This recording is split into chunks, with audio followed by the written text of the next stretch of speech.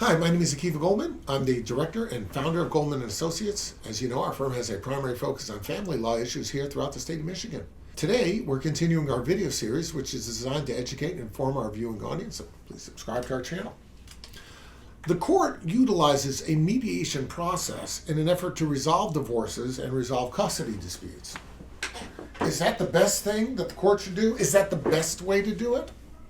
Well, I will tell you this, the court relies on it a lot. So if that's an indication, I suppose you could say it's the best way to do it. I will tell you that in some cases, it's probably not necessary. If you've got two 21-year-olds who are getting divorced and they have no children, and between the two of them, they got two blenders and a beanbag, I don't think a mediation is necessary. Figure it out. The lawyers who are smart will say, look, you keep this blender and you keep that one. You want the better blender? Good. It's cheaper than having a lawyer argue it before the court. The lawyer will buy you a blender and you'll be done with it.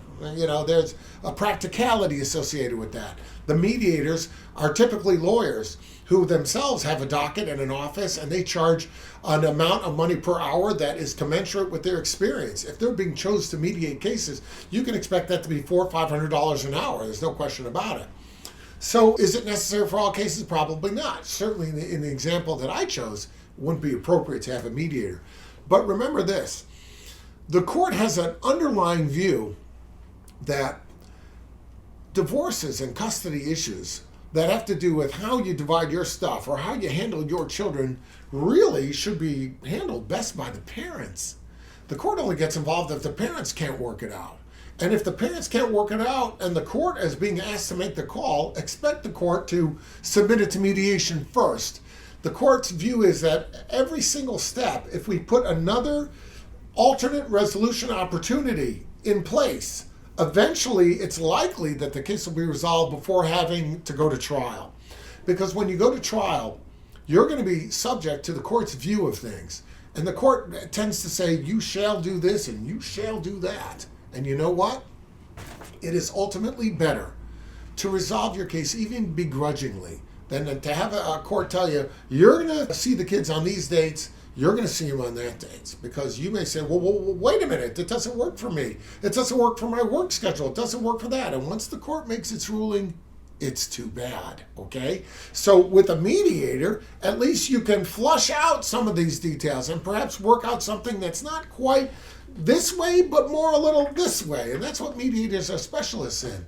Remember, the job of the mediator isn't to decide your case. The job of the mediator is to find a common ground, sometimes by shuttle diplomacy, going back and forth. That's the job, to hammer out that settlement, and good mediators will do that. This is why the court relies on it, because the court really knows that if it has to split up everything, it's going to have a fire sale.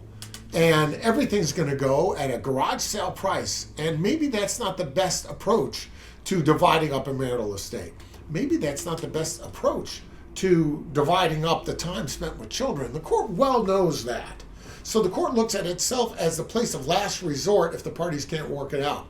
Therefore, the parties should, number one, try to work it out themselves. If there's a small estate, no children, that should be easy. Sometimes the lawyers can hammer out a settlement without the use of a mediator. However, if they can't, a mediator is often a very valuable tool that the court relies on to overcome some of those challenges associated with resolution. And then, of course, if you try the mediator and it doesn't work, sometimes the court will say, well, try it again. I've had cases mediated 3 or 4 times before they came to resolution. If it doesn't work, of course, then the guy in the black robe is going to make the call. If you have any questions about that, reach out and we'll be glad to help you out.